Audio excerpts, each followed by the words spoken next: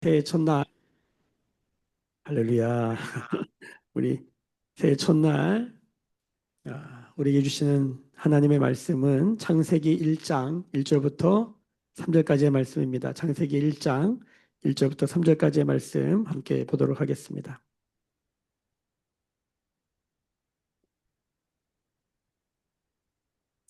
창세기 1장 1절부터 3절까지의 말씀. 네, 같이 한번, 네, 말씀이 뜨나요? 축복합니다. 네, 감사합니다. 함께 선포 읽어볼까요? 시작. 태초에 하나님이 천지를 창조하시니라. 땅이 혼돈하고 공허하며 흑암이 깊음 위에 있고 하나님의 영은 수면 위에 운행하시느니라. 하나님이 이르시되 빛이 있으라 하시니 새 빛이 있었고. 아멘. 네, 맞나요? 네, 주님. 네, 이것은 주님의 말씀입니다. 말씀이 우리에게 지혜와 능력과 불꽃과 기름 부음으로 역사할 뿐만 아니라 생기로 역사하는 시간 될 줄로 믿습니다. 아멘. 한번 저를 따라 선포하겠습니다. 하나님이 생기로 일으키시는 교회, 아멘. 말씀대로 될 줄로 믿습니다. 믿음대로 될 줄로 믿습니다. 아멘.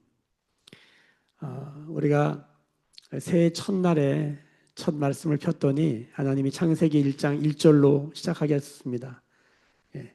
여러분 성경을 처음에 딱 열면 거의 대부분의 사람들이 창세기 1장부터 읽잖아요. 창세기 1장을 딱 열었는데 우리 가운데 삼위일체 하나님이 딱 나타나시는 것입니다. 어, 새해를 시작할 때 삼위일체 하나님 우리 가운데 나타나고 계신 줄로 믿습니다. 좀 이따가 우리가 이 말씀을 통해서 삼위일체 하나님 어디 있는가 다 찾아보겠지만은 새벽에도 말씀을 그렇게 선포했고 이 저녁에도 삼위일체 하나님 우리 가운데 걸어 나오고 계신 줄로 믿습니다. 성경을 읽을 때 하나님이 걸어 나오셔서 그 하나님을 만난다면 그것이 가장 복된 일인 줄로 믿습니다. 창조의 하나님 우리 가운데 걸어 나오실 때 새해를 그렇게 그 하나님을 만남으로 시작하는 은혜를 우리 가운데 허락하신 것입니다. 이 창세기, 출애굽기, 레위기, 민수기, 신명기 이것을 성경의 토라, 율법이라고 하는 토라, 모세오경이라고 그러죠. 토라라고 히브리어로 토라라고 합니다. 여러분 많이 들어보셨죠? 그래서 이 성경 66권의 가장 기초가 되는 책이에요. 이 창세기, 출애굽기, 레위기, 민수기, 신명기가 없으면 성경이 성경되지 못해요.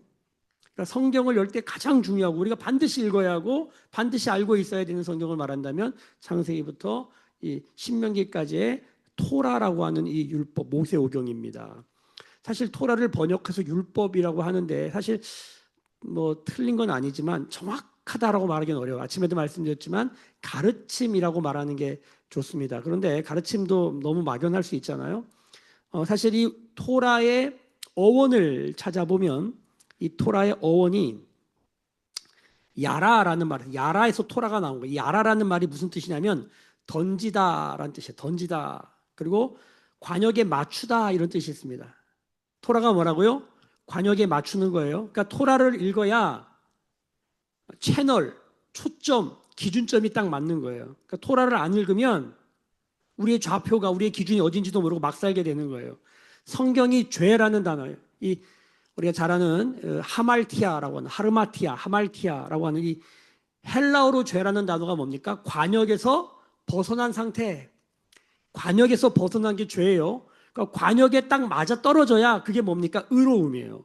자, 이것을 우리가 하나님과 우리의 관계로도 말하고 뭐 사귐으로도 말하고 채널을 맞춰야 된다 이렇게도 말하고 오늘 말씀으로 보면 좌표 0점을 맞춰야 된다 이렇게도 말할 수 있는 거예요.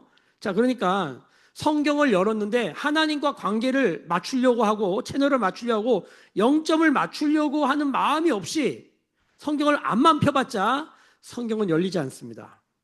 많은 사람들이 이 성경의 목적을 알지 못하고 토라의 목적, 관역에 맞춰주려고 도와주는 책이에요. 창세기, 출애굽기, 레위기, 민수기, 신명기까지 읽으면서 우리가 한 가지 기억해야 되는 건 토라. 관역에 맞춰야 된다. 하나님 그분께 채널을 맞춰야 된다는 믿음이 없으면 토라는 절대 안 읽습니다. 1000번, 만번, 100번 읽어도 안 열립니다. 그러나 이 믿음으로 말씀을 읽기 시작할 때 성경은 다른 역사가 되는 것입니다. 우리가 이 창세기를 읽으면서 많은 사람들이 이 창세기 1장의 이 창조의 기사, 이 천지창조의 역사를 과학적으로, 철학적으로, 인문학적으로 이것을 설명하고 증명해 보려고 수많은 시도를 했지만 성경은 더더군다나 하나님은 증명되기를 거부하십니다. 그 똑똑하다고 공부 많이 했다고 좀 잘났다고 하는 사람들이 하나님을 증명하고 천지창조가 과연 과학적 사실인지 아닌지 막 이런 얘기하면 여러분 그런 강의를 듣거나 그런 걸 들으면요 마음이 시원해지기도보다 질문에 꼬리에 꼬리를 물으면서 더 혼돈과 공허와 흑암에 빠지는 경우가 종종 있습니다. 그러나 이 말씀이 하나님과의 채널을 맞추는 것이라고 하는 믿음 안에 이 창세기를 읽으면 창세기는 완전히 다르게 읽히는 거예요. 여러분 성경이 우리 가운데 만약에 이것이 과학적 사실인지 아닌지 뭐 그런 거를 우리한테 알려주려고 막 설명하려고 쓴 책이라 그러면 이렇게 단순하게 쓰면 안 됩니다. 여러분 이 창세기 1장을 읽으면 거의 선언입니다. 선언. 그냥 선포하는 거예요. 여기 물이 있습니다. 제가 여기 물이 있다는 걸 여러분에게 증명할 필요가 없습니다. 왜냐하면 여기 있기 때문이죠. 그러니까 뭐하는 거예요? 선포하는 거예요. 물이 있습니다라고 말하면 되는 거예요. 제가 여기 존재하는 것에 대해서 뭐 말을 많이 하겠습니까? 그냥 저기 여기 있는 것입니다. 할렐루야. 그런데 제가 여기 있는 걸 막 설명을 많이 한다. 막 이걸 증명하려고 증거를 막 가져와서 막 여러 가지 방법을 쓴다. 벌써 좀 이상한 거예요. 뭘 그렇게 해요? 여기 있는데. 저 여기 있어요. 그럼 끝이에요. 마치 성경이 하나님의 창조를 막 설명하는 게 아니라 태초에 하나님이 천지를 창조했다. 이걸로 끝이에요, 그냥. 여러분, 창세기 1장 1절이 믿어지고 열리면 성경에서 못 믿을 게 없습니다. 믿으십니까? 죽은 자가 살아났다. 동정녀의 몸에서 아이가 태어났다. 여러분 천지창조가 열리잖아요. 그러면 다 믿어지는 거예요. 근데 창세기 1장 1절이 안 열리잖아요. 안 믿어지잖아요. 진화에 도전을 받고 진화를 못 넘어서잖아요. 그러면 성화도 없는 거예요. 성경은 진화라고 말하지 않고 성화라고 말하죠. 여러분 창조가 열리는 은혜가 있으면 정말 그것이야말로 하나님의 선물입니다. 할렐루야. 예, 축복합니다. 창세기 1장 1절이 너무너무 중요해요. 왜냐하면 토라라고 하는 말의 뜻이 채널 맞추기니까. 이 말씀을 읽으면서 우리는 다시 채널을 맞추는 거예요. 제가 오늘 말씀의 제목을 인생 좌표라고 했어요. 인생의 좌표. 여러분 좌표가 뭔지 아시죠? 0점. 이게 뭡니까? 0점이라는 게 뭐냐면 우리가 수학 시간에 배웠던 것처럼 가로축 Y축과 X축이 만나는 그 지점. 십자가로 말하면 이 딱 중심. 여기가 0점입니다. 여기서부터 그래프를 그려야 그래프의 수치가 정확한 거예요. 그냥 아무 데서나 막 그리고 숫자 아무렇게나 막 적으면 안 되죠. 0점을 딱 맞춰야 되는 거예요. 우리 남자들은 군대 가면 사격이라는 걸 하게 되는데 사격할 때 총을 빵 쏴봤는데 맞추고 쏴봤는데 잘 관역이 안 맞으면 어떻게 합니까? 0점 조준이라고 합니다. 0점 조준. 0점 조준을 안 하면 아무리 총이 좋아도 아무리 총이 대단해도 정확히 맞출 수가 없습니다. 아무리 별 볼품 없는 총이라도 0점이 잘 맞아 있으면 관역에 정확하게 떨어지는 거예요. 그러니까 성경을 읽으면서 그 사람이 뭐 어떤 사람이냐보다 더 중요한 건 그 사람이 정확히 0점 조준을 하고 있는가, 그 사람이 채널을 맞추고 있는가, 그 사람이 기준점에 제대로 서 있는가 이걸 알아야 되는 거예요. 왜 창세기 1장이 중요한가? 여러분 창세기 1장은 열자마자 우리의 인생 좌표가 어디서부터 시작해야 되는지, 우리의 0점이 어디에 꽂혀 있어야 되는지 이걸 정확하게 보여주는 거예요. 여기서부터 출발하지 않으면 여기를 빼고 다른 거 아무리 연구해도 여러분 다 헛짓거리 될 수 있는 거예요. 창세기 1장 1절부터 3절까지 그 0점이 어디에 맞춰져 있는가 성경이 이걸 우리 가운데 보여주는데 여러분 창세기 1장은 무슨 천지창조가 이게 과학적 증거로서 무슨 뭐 이게 사실이냐 아니냐 이런 걸 말하려는 게 아니죠. 여러분 성경은 그 목적이 뭐가 있습니까? 하나님의 자기 계시입니다. 하나님이 자기를 우리 가운데 알려주시는 방식이 바로 이 하나님의 말씀인 성경인 거죠. 성경을 읽으면서 다른 지식은 많이 얻었는데 인문학 지식은 많이 얻었는데 사람들의 이야기는 많이 얻었는데 하나님을 못 만났다? 그거는 정말 안고 없는 찐빵이죠. 그건 진짜 뭔가 한참 잘못돼도 채널이 잘못 맞춰지는 거예요. 여러분 성경을 읽을 때 하나님을 만나는 은혜가 있기를 예수님의 이름으로 축복합니다. 자, 창세기 1장 1절 딱 열었더니 거기에 누가 나오냐면 하나님이 나오시는 거예요. 바로 우리가 읽었던 것처럼 태초에 하나님이 천지를 창조했다. 태초도 중요하고 여러분 천지도 중요해요. 창조도 중요해요. 근데 이 모든 것이 이 창조의 내용 결과물이었던 태초와 시간, 천지, 하늘과 땅이죠. 천지니까 이 공간인 개념이에요. 시간과 공간을 창조하신 분 엘로힘 하나님, 이 하나님이 딱 등장하는 거예요. 그러니까 창세기 1장 1절을 열면서 태초가 뭔지도 궁금하고 천지가 뭔지도 궁금하고 창조가 도대체 뭔지도 궁금한 거 맞습니다. 그런데 하나님을 중심으로 이걸 열지 않으면 아무 의미가 없습니다. 그러니까 이 성경의 가장 시작은 하나님 거예요. 엘로힘 하나님. 베레시트 바라 엘로힘. 그러니까 하나님으로부터 시작해야 되는 거예요. 이게 우리의 좌표가 되어야 될 줄로 믿습니다. 근데 놀라운 건 2절을 읽어보면 이 하나님이 또 다르게 나와요. 2절 함께 볼까요? 2절에 뭐라 그럽니까? 땅이 혼돈하고 공허하며 흑암이 기품이 있고 하나님의 영이라고 말하는 하나님의 영이 나와요. 하나님의 영. 자, 그리고 3절을 읽어보면 하나님이 이르시되 하나님이 말을 하세요. 그러니까 1절, 2절, 3절 읽어보면 창조의 하나님이 나오고 수면 위를 운행하시는 하나님의 영이 나오고 말씀하신 하나님이 나와요. 놀라운 이야기입니다. 자, 하나님, 그리고 두 번째 하나님의 영. 그런데 세 번째가 그 하나님 말씀하세요. 이것을 요한복음 1장 1절부터 4절까지 요한이 이것을 신학적 해석을 해줍니다. 이 짝이 있는 거예요. 그래서 읽어보니까 요한복음 1장 1절부터 4절까지 한번 선포해 보십시다. 시작. 태초에 말씀이 계시니라. 이 말씀이 하나님과 함께 계셨으니 이 말씀은 곧 하나님이시니라. 그가 태초에 하나님과 함께 계셨고 만물이 그로 말미암아 지은 바 되었으니 지은 것이 하나도 그가 없이는 된 것이 없느니라. 그 안에 생명이 있었으니 이 생명은 사람들의 빛이라. 자, 태초에 하나님이 말씀으로 천지를 창조하시잖아요. 이 말씀이 뭐라고요? 곧 하나님이라는 거예요. 하나님은 하나님, 두 번째 하나님의 영, 그 또 하나 있어요. 말씀이 있는 거예요. 말씀이 곧 하나님인 거예요. 성경이 놀라운 건 나중에 창조의 6일째에 빅궁 땅 헤어동 창조의 수소대로 간 다음에 마지막에 인간을 만드시는데 인간을 만드실 때 우리의 형상, 우리의 모양, 하나님을 우리라고 하는 복수를 씁니다. 하나님이 한 분인데 유대교도 이슬람도 모두 유일신 하나님은 한 분이라고 믿어요. 근데 유독 이 기독교만이 하나님은 유일하신 한 분이다. 동시에 세 분이다. 이것을 삼위일체라고 그러는 거예요. 왜 그러냐면 창세기 1장을 열었더니 하나님이 한 분이 아니에요. 하나님이 세 분이고 창세기 1장에 우리의 형상, 우리의 모양, 복수로 설명하는 거예요. 성경 어디에도 삼위일체란 말은 없지만 성경 전체 가운데 나타나는 하나님은 정확하게 세 분입니다. 성부, 성자, 성령이에요.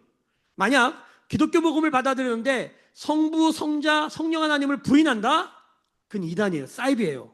아침에도 말씀드렸지만 모든 이단과 사이비의 시작이 뭐냐면 삼위일체를 부정하는 거예요.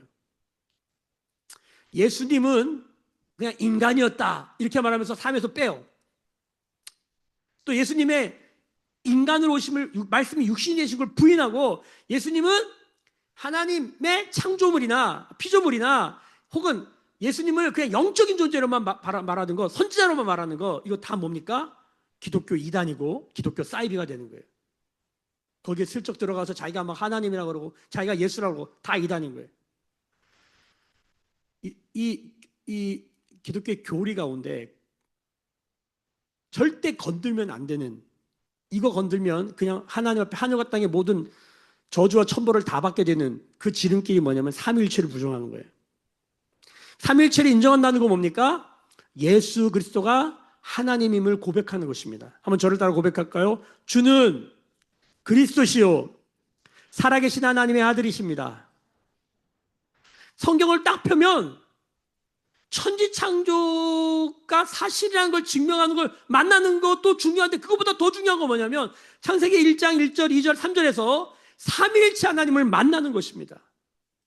그게 다라고 말해도 과언이 아니에요. 그래야지 성경이 성경되는 거예요. 그래야지 하나님의 계시가 우리 가운데 온전히 전달되는 거예요. 그 중에 제일 중요한 게 뭘까요? 요한은 그걸 그렇게 말한 거예요. 말씀이다, 말씀. 이 말씀이 창조했다. 그러니까 예수님도 창조의 그 현장에 함께 있었던 거예요.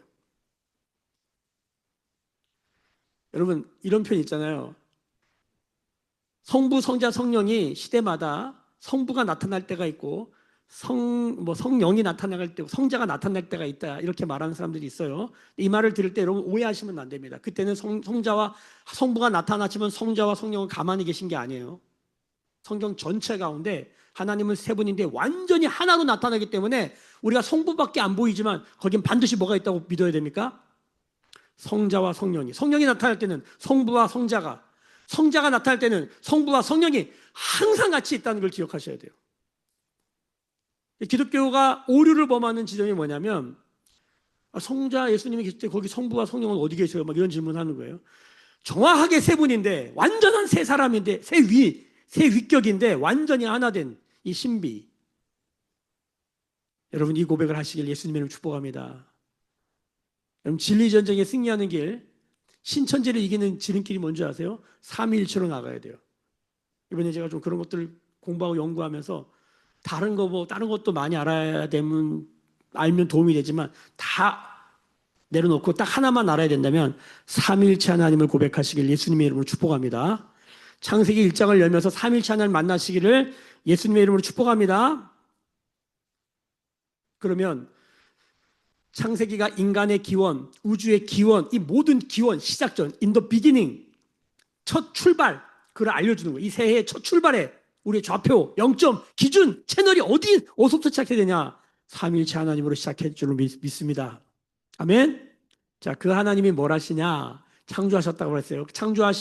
무에서 유를 창조하신 하나님, 말씀으로 무에서 유를, 창조를 하시면서 쫙 창조하시잖아요. 창조하신 하나님, 그리고 말씀하신 하나님, 우리가 배웠어요. 그런데 오늘 제가 아침에 새벽기도 끝나고 새벽기도 오신 분들과 아침 식사를 하고 같이 나누는데 한 분이 아주 굉장히 놀라운 질문을 했어요. 여기 계신 분이에요. 여기 계신 분이 놀라운 질문을 했어요. 이모 씨의 딸 모지선 자매라고 이분이 네 아무튼 네 그래서 질문을 했는데 질문이 뭐냐면 제가 이해한 바로는 이 질문이 이런 거였어요. 하나님이 창조했으면 되게 좋은 거잖아요. 선한 거잖아요. 근데 왜 혼돈, 공허, 흑암이 있냐는 거예요. 되게 단순하지만 엄청난 질문이죠. 엄청난 발견이기도 하고. 여러분 어떻게 생각하십니까? 하나님이 창조했는데 여러분 혼돈, 공허, 흑암이 여러분에게 어떤 느낌으로 다가오세요? 그렇죠? 공허, 텅 빈 거, 혼돈, 무질서 상태. 뭡니까? 흑암, 시커먼 그 원유 콜타르 같은 느낌. 그런 흑암이 질감으로 막 느껴지는 흑암. 이런 것이 여러분에게 어떻게 다가와요? 너무 좋다 막 이렇게 다가와요. 우리가 이걸 부정적인 공허하면 안 됩니다. 충만해져야 됩니다. 혼돈스러우면 안 됩니다. 질서가 잡혀야 됩니다. 어두우면 안 됩니다. 빛 가운데 거해야 됩니다. 막 이런 말을 그동안 많이 들었는데 하나님이 창조했는데 상태가 이게 꼬라지가 이게 왜 이래? 이런 말이 나오잖아요. 그러니까 이런 질문이 참 중요한 것 같아요. 사실 오늘 말씀은 오늘 요것만 더 전하려고 합니다. 축복합니다. 예, 축복합니다. 자, 되게 좋은 질문을 받아서 이제 그 설명을 좀 드렸어요. 여러분, 하나님이 창조하실 때 무에서 유도 창조하셨고 유에서 유도 창조하셨습니다. 무에서 유를 창조하신 것이 바로 이 창세기 1장에 나오는 것이죠. 자, 무의 상태가 뭐냐는 거예요. 무. 자, 많은 사람들이 악의 기원, 악은 어떻게 출발했는가에 대해서 궁금해합니다. 신정론이라고 그래가지고 신학의 아주 3대 난제 중에 하나고 이 질문을 많이 합니다. 그런데 선의 기원을 묻는 사람들은 제가 본 적이 없어요. 악의 기원은 궁금한데 선의 기원은 없어요. 그래서 어떤 신학자가 악이란 무엇이냐? 선의 부재다. 선이 없는 상태를 뭐라고 그러는 거예요? 악이라고 하는 거예요. 그러니까 여러분 악이 뭔지 아는 것도 필요합니다. 근데 그보다 더 중요한 건 뭐냐면 선이 뭔지를 알아야 되는 거예요. 여러분 가짜를 찾으려면 진짜를 알면 가짜는 밝혀지는 거잖아요. 이런 개념인 거예요. 자, 그런데 하나님이 뭘 만드셨어요. 뭐가 이렇게 창조된 거잖아요. 빛궁땅 헤어동 이런 것들이 창조됐단 말이에요. 없는 데서 창조됐다는 거예요. 그 없는 상태를 표현하는 방식이 뭐냐면 여기 나와 있는 혼돈과 공허와 흑암이에요. 혼돈과 공허와 흑암은 혼돈이 뭡니까? 질서가 없는 상태, 무, 질서 무. 그 다음에 공허, 뭔가로 채워지지 않은 텅 빈 채워짐이 없는 상태, 무. 흑암, 빛이 없는 상태. 여러분, 하나님이 여기 보면요, 태초에 하나님이 천지를 창조하십니다. 태초, 시간을 창조하셨고, 시간을 시작하셨고, 시간의 끝을 붙들고 계시죠. 하나님은 시간 밖에서 시간을 주관하시는 시간의 창조주이십니다. 그러니까 이거는 참 우리가 설명하기가 어려운 거예요. 성경이 그렇게 선언하니까 우리가 받아들이는 문제지. 시간을 창조하셨다. 그분이 시간의 주관자다. 알파와 오메가가 되셔도 모든 시간을 주관하고 계시다. 시간 밖에서 시간을 주고 계신 하나님. 이거는 우리의 이해의 영역을 넘어서는 것 같아요. 선언의 영역이다. 두 번째, 천지입니다. 천지. 천지가 뭡니까? 하늘과 땅을 창조하셨다는 거잖아요. 자, 그런데 성경에 보면 이 하늘과 땅을 다양한 방식으로 표현을 하는데 가장 대표적인 표현이 뭐냐면 보이는 것과 보이지 않는 것으로 설명하는 방식입니다. 자, 성경에서 하늘 그러면 가장 대표적인 게 heaven이에요. heaven. 이거는 보이지 않지만 실존하는 것들 있죠. 자, 그리고 땅이라고 말합니다. 땅. 천지, 땅은 뭐예요? 보이는 것이에요. 그러니까 하나님이 보이지 않는 것도 창조하셨고 보이는 것도 창조하셨는데 창세기 1장은 우리 가운데 뭐를 보여줍니까? 보이지 않는 것이 아니라 보이는 것을 드러내고 있다는 사실을 기억하셔야 돼요. 자, 2절을 다시 해볼게요. 2절. 2절의 첫 단어가 뭐예요? 땅이요, 땅. 그럼 무슨 뜻이에요? 보이는 것에 대한 얘기를 하겠다는 거예요. 예수님이 그런 말씀하신 거 기억나십니까? 내가 땅의 일을 말해도 너희가 다 알지 못하거늘 내가 하늘의 일을 말하면 너희가 알아듣겠냐? 이런 말씀하신 적이 있거든요. 자, 지금 창세기 1장은 보이지 않는 영역도 있고 보이는 영역도 있는데 뭐에 대한 이야기를 하고 있다고요? 땅에 대한 이야기. 다 땅에 대한 이야기예요. 보이는 것들. 자, 보이는 것들이 어떻게 시작됐냐면 하나님이 천지를 만들 때 그 처음 상태, 과정을 보여주는 거죠. 그게 뭐냐면 혼돈, 공허, 흑암, 무의 상태를 먼저 보여주세요. 하나님이 무에서 유를 창조하셨잖아요. 그러니까 하나님 무도 보여줘. 무. 야, 무가 뭔 줄 알아? 질서가 없어. 채워지지 않은 상태, 빛이 없는 상태, 없는 상태를 보여주시는 거예요. 자, 이렇게 말씀하실 때는 이런 겁니다. 제가 오늘 제선자매에게 이렇게 표현했어요.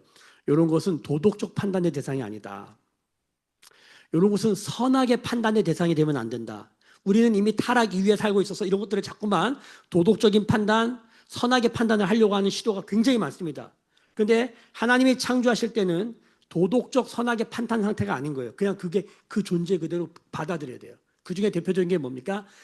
인간이 죄를 짓고 나서 희한하게 뭐가 성경에 기록되어 있지는 않았는데 하나님이 이런 것도 창조하셨구나라는 게 확 드러나는 게 있어요. 그게 뭐냐면 두려움과 수치심입니다. 죄가 들어오니까 그런 게 있는 줄 몰랐어요. 에덴에서 기쁨 가운데 사는 줄 알았더니 두려움이라는 감정, 무서워서 숨잖아요. 그리고 자기 수치를 가려요. 수치감을 경험해요. 자, 인간 안에 뭐가 있어요? 두려움도 있고 수치도 있는 거예요. 이걸 인간의 핵심 감정이라고 합니다. 우리가 상담을 공부해 보면 인간의 핵심 감정은 도덕적 판단의 대상이 아니라는 거예요. 자, 사람이 슬퍼서 상실의 감정, 울면 그게 죄입니까? 여러분, 분노가 일어나는 거예요. 죄입니까? 여러분, 칼이 들어서 무서워해요. 죄입니까? 성경은 그렇게 말하지 않습니다. 문제는 뭐냐면 이런 거예요. 내가 너무 화가 났어. 분노가 났는데 이 분노를 가지고 유리창을 다 깨버린 거예요. 다 가면서. 발로 다 깨버린 거예요. 요거는 이 행동은 판단받습니다.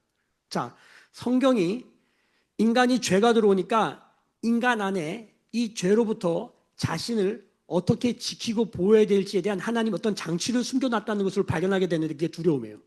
여러분, 죄가 들어갈 때 두려움을 느끼는 게 정상입니다.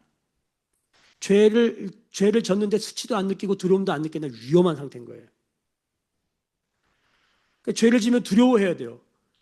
이 두려움 때문에 뭡니까? 죄로부터 멀어지고 죄로부터 나를 보호하려고 하는 인간의 어떤 작동 방식이 시작되는 거예요.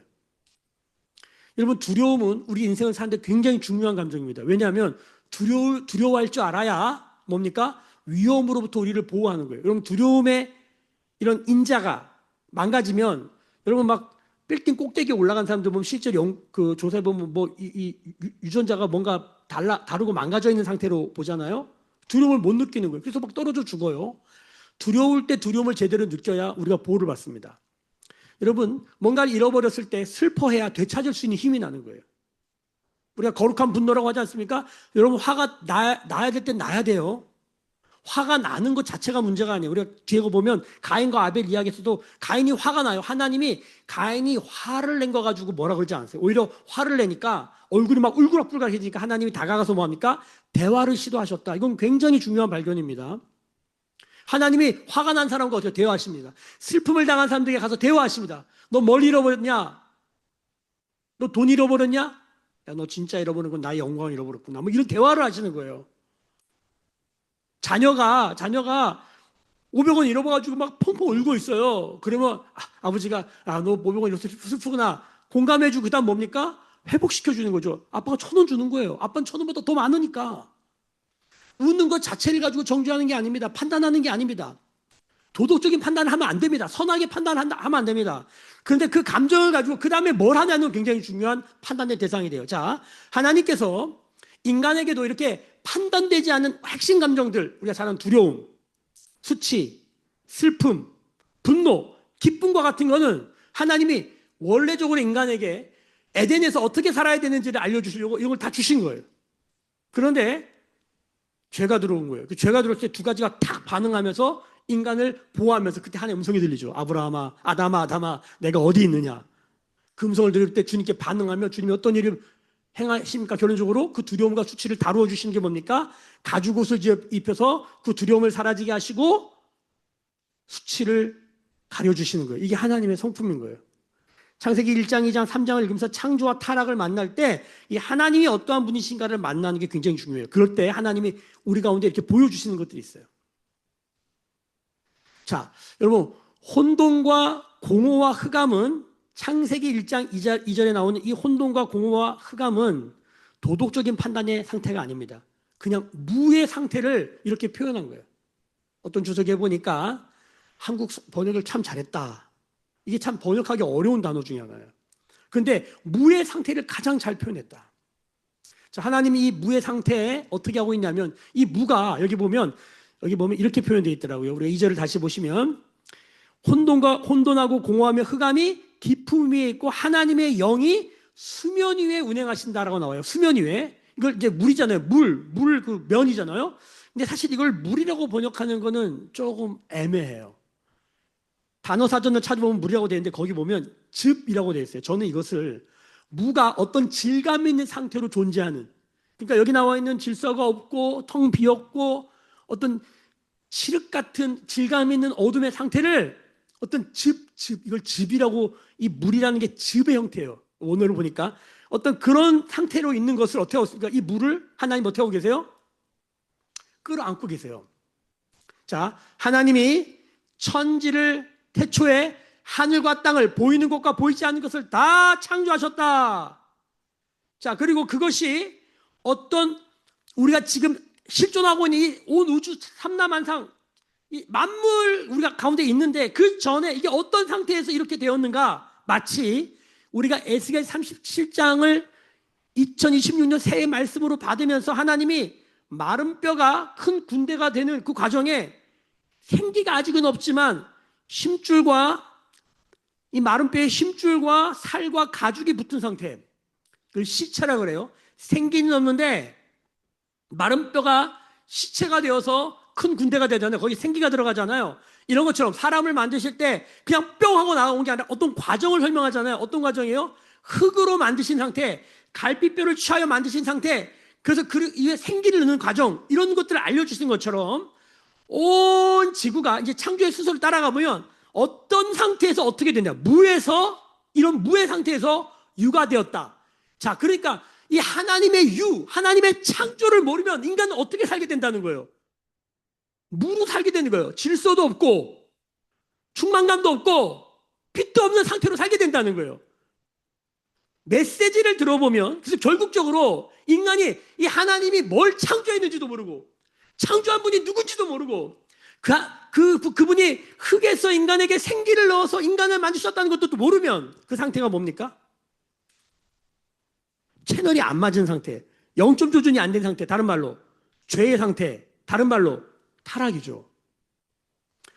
상태가 이걸 우리 가운데 메시지하고 있다는 걸 잊으면 안 되는 거예요. 자, 그래서 오늘 이 질문에 대한 답을 이렇게 한 거죠. 이거를 선악과 따먹은 이후에 타락의 상태로 보면은 왜 나쁜 걸 만들었지 이렇게 되지만 삼일체 하나님의 영점 조준이라고 보면은 이게 창조가 이렇게 진행됐고 이 하나님 삼일체 하나님과 채널이 안 맞으면 영점 조준이 안 되면 어떻게 된다? 이 상태가 그냥 무의 상태로 되는 거예요. 그래서 그렇게 살아가는 사람들 이야기를 듣고 있는 거예요. 여전히 공허하고 여전히 흑암 가운데 허무하게 살아가는 무, 선의 부재, 악의 상태, 의의 부재, 죄의 상태, 영광의 부재. 성경에 모든 사람이 죄를 범하였으면 하나님의 영광에 이르지 못한다. 영광의 부재 상태, 그 죄인인 거죠. 결국은 성경이 우리가 이제 복음을 들었기 때문에 알지만 그러면 이 관역을 어떻게 맞추냐? 결론이 뭡니까? 예수 그리스도가 십자가 우리의 영점이 되어주시고 기준점이 되어주셔서 역사를 가르시고 정중앙에 딱 계셔서 예수님께 붙으면 어떤 일이 벌어집니까? 우리에게 모든 삐뚤어졌던 부재 상태였던 것이 해결되는 거예요. 아주 쉽게 말하면 우리에게 죄가 있는데 예수님께 붙으면 우리 이 죄가 예수님께 넘어갑니다. 예수님께 넘어가면서 어떤 일이 벌어지죠? 우리의 죄가 사함을 받아요. 그래서 우리가 자동 영점 조준이 되는 거예요. 예수를 믿는 게 왜 중요하고 인생 가운데 예수를 만나는 게 어떻게 영생의 길이 되는가? 예수님을 여러분 어떻게 죄 사함 받습니까? 우리가 막 새벽기도 많이 하고 막 성경 천독하고 막 무릎으로 막 계단 올라가고 막 박수를 열심히 뜨겁게 치고 그럼 죄 사함 받습니까? 이렇게 믿으면 큰일 나는 거예요. 신천지 되는 거예요. 서바이벌 구원이라고 그러죠. 서바이벌 신천지가 14만 4천에 들려면 매년 시험을 봐요. 성경 시험 봐가지고 90점 이상 맞아야 들어간다는 거야. 그러니까 죽으라 공부하더라고. 어떤 면에서는 상당한 이렇게 만들어놨네. 떨어지지 않으면 엄청 막 하는 거예요. 이 종의 영이죠. 두려움이 오는 거예요. 종교성, 두려움을 줘가지고 그걸 획득하게 만드는 거잖아요. 또 하나, 전도 안 하면 그건 못 받는 거예요. 그러니까 그런 기준으로 보면 우리는 큰일 나는 건데, 우리 지금 큰일 나는데. 또 하나, 헌금 안 하면, 그러니까 어떤 면에서는 되게 깔끔해. 근데 엄청 불안한 구원이에요. 구원이 어디에 걸렸어요? 인간의 철저한 행위에 걸려 있어요. 여러분, 우리가 말하는 하나님 앞에 순종하는 행위는 구원받은 사람이 하나님의 사랑을 아는 자가, 주님이 내 안에 이미 온 것을 아는 자가 하나님께 반응하는, 그 사랑에 반응을 하는, 주님이 내 안에, 내가 주님 안에 있는 반응으로서 순종이 나오는 것이지, 이 순종으로 우리의 구원이 결정되는 게 아니죠. 이미 구원은 뭡니까? 주님이 우리 안에 오시는 이것으로 이미 시작된 것이죠. 아멘? 칭의 다음에 뭡니까? 순종으로 이루는 성화와 영화를 경험하는 것이죠. 이걸 뗄래야 뗄 수가 없어요. 이걸 따로 볼 수가 없어요. 그냥 함께 있는 거예요. 당연한 거죠. 믿으십니까? 복잡한 얘기도 아니에요. 근데 이걸 교묘히 이용해가지고 철저히 인간의 행위로 구원을 받게 하려고는 수많은 기독교 이단들의 시도가 역사 내내 있어 왔어요. 근데 이게요, 종교 비즈니스하기엔 딱 좋은 구조죠. 그 어떤 종교에 들어가면 앞에다가 막 눈이 이따만한 삼지창 들고 있는 사람들 위에서 이렇게 쳐다보고 있잖아요. 무서워가지고 딱 그 느낌이에요. 니는 내 말 안 들으면 삼지창으로 찔러 죽여버린다. 무서워가지고 다 그런 거 아니에요. 무당, 샤머님 다 그런 거예요. 무섭게 해가지고 여러분 저 힌두교 가보세요. 뭐 눈이 막 다 달렸어. 다 내가 다 보고 있다 막 이러고 있다는 거잖아. 손이 엄청 많아. 이걸로 내가 너 확 해코지한다. 이런 느낌으로 어마무시하게 무섭게 나요. 근데 기독교는 기독교 하나님 어떤 하나님입니까? 예수님이 하나님이신데 울어. 예수님이 울어요 막. 하나님 막 안타까워하세요. 하나님 말씀이 천지를 창조하신 그 전능하신 전지하신 하나님이 육신이 되어가지고 인간의 연약한 모습을 봤더니 인간들이 우습게 보는 거예요. 우습게. 하나님을 아주 우습게 봐요. 약속도 하나도 안 지키고. 그냥 하나도 그냥 괜찮고 그냥 어떻게 보면 은혜인데 때로는 옆에서 형의 입장에서 보면 저거 너무한 거 아니야? 이런 생각이 들 때가 한두 번 있죠. 근데 또 그런 걸로 그런 마음으로 가져가면 꼭 탕자의 비유 생각이 나가지고 넌 아직도 아버지를 모르는구나. 뭐 이런 느낌이 들고 우리가 믿는 믿음의 모습이 그렇지 않습니까? 하나님이 어떤 분이십니까? 하나님 우리한테 어떤 일을 행하시는가? 축복합니다. 예수님께 붙어야 돼요. 그럼 자동으로 죄가 넘어가요. 믿으십니까? 창출 레미시를 읽으면 레위기가 그에게 제사 드리는 거잖아요. 제사를 드리는데 어린 양에게 죄가 전가돼요. 자동 전가돼요. 와서 그 과정을 거치면. 그것이 이제 제사가 단번에 다 없어지고 예수님 믿는 누구든지 예수님이 대제사장 어린 양이 되셔서 예수님께 붙으면 여러분 죄가 그냥 전가돼요. 죄 해결하려고 너무 큰 노력을 하실 필요가 없어요. 간단해요, 사실은. 아주 쉽게 말하면 예수님께 영적 조종만 하면 죄는 영적인 죄부터 과거, 현재, 미래죄까지 단번에 해결되는 거예요. 믿으십니까? 근데 문제는 뭐예요? 우리가 이 초점을 안 맞추는 거예요. 예배원데 계속 딴 생각해. 성경을 열었는데 딴 생각해. 천 번, 만 번 들여도 성경을 읽는데 삼위일체 하나님을 바라보는 믿음으로 읽지 않으면 이거 그냥 뭐예요? 인문학 책보다도 못한 이게 말도 안 되는 얘기가 막 나오는 거죠. 그런 마음으로 예배를 백날 드리면 뭐합니까? 그럼 이 새해 첫날 하나님이 우리 창세기를 열어주시면서 우리의 좌표, 우리의 영적, 우리의 기준점, 우리의 채널이 어디에 맞춰져 있는지를 보여주시는데 이 혼돈과 공허와 흑암, 이 무의 상태를 운행하시는 확 끌어안 이 집을 이 집 같은 이게 뭐 존재가 희한해. 그걸 이렇게 끌어안고 계신 운행하시다. 끌어안다. 얼마나 하나님이 끌어안으니까 뭐가 일어난 거예요? 창조가 일어난 거예요. 창조하신 하나님이 끌어안으셔서 뭐예요? 말씀하시니까 이게 들리니까 빛이 있으라니 빛이 있었다. 그래서 어둠으로 설명하잖아요. 이 주먹이 어둠이 있을 때 어떻게 없을 거예요? 나갑니까? 하나님 말씀대로 하면 그냥 없어지더라. 여러분 우리의 새해가 2026년 새해가 이 하나님 말씀처럼 하나님이 운행하심처럼 하나님의 창조대로 되기를 소망하고 축복합니다.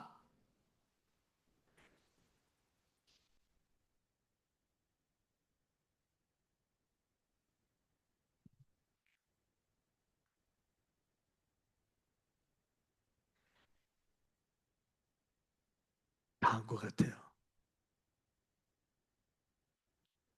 축복합니다. 기도하겠습니다.